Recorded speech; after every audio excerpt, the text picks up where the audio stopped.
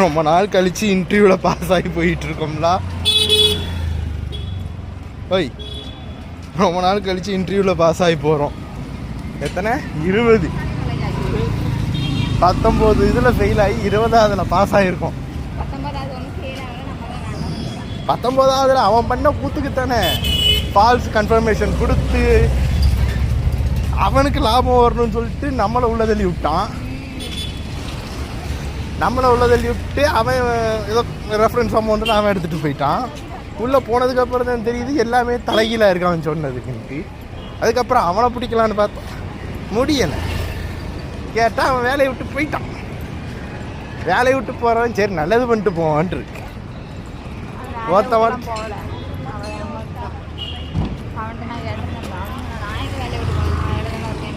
அவன் தான் வேலையை விட்டு போயிட்டேன்னா யாருக்கு தெரியும். சரி, 3 மாதத்தில் 19 இன்டர்வியூ அலைஞ்சி, சரி 18ன்னு வச்சுக்கிட்டவங்க.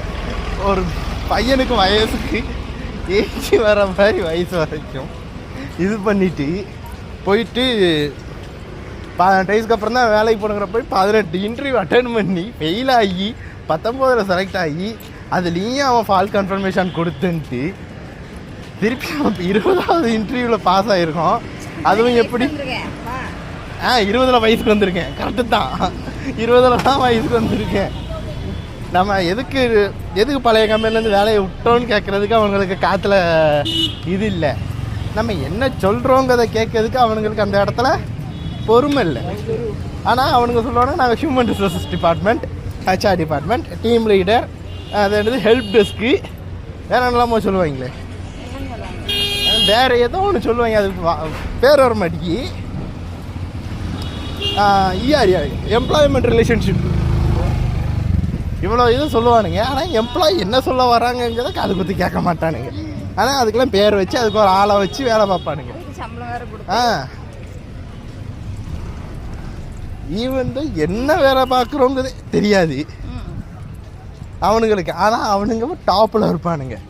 ஏன் இன்னைக்கு ஒருத்தன் கேட்டோம்லா, ஆப்ரேஷன்ஸில் இருக்கேன்னா மார்க் ஷீட்டை கொண்டு போய் கொடுத்துட்டு மார்க் ஷீட்டை கொண்டு போய் கொடுத்தா இது சர்டிஃபிகேட் இல்லைங்க. அப்போ எது தானே சர்டிஃபிகேட்டு இல்லை? தமிழ்நாட்டில் வந்து சர்டிஃபிகேட்டை நாங்கள் பேரை வந்து நவீன்குமாருங்கிறத RA அப்படின்னு தலைகீழாக எழுதுவோமா? இல்லை மகாராஷ்டிராவில் நவீன்குமாருங்கிற பேரை தலைகீழாக வேறு எப்படி எழுதுவீங்களா? இல்லை கேட்க என்னத்தை தான் வச்சு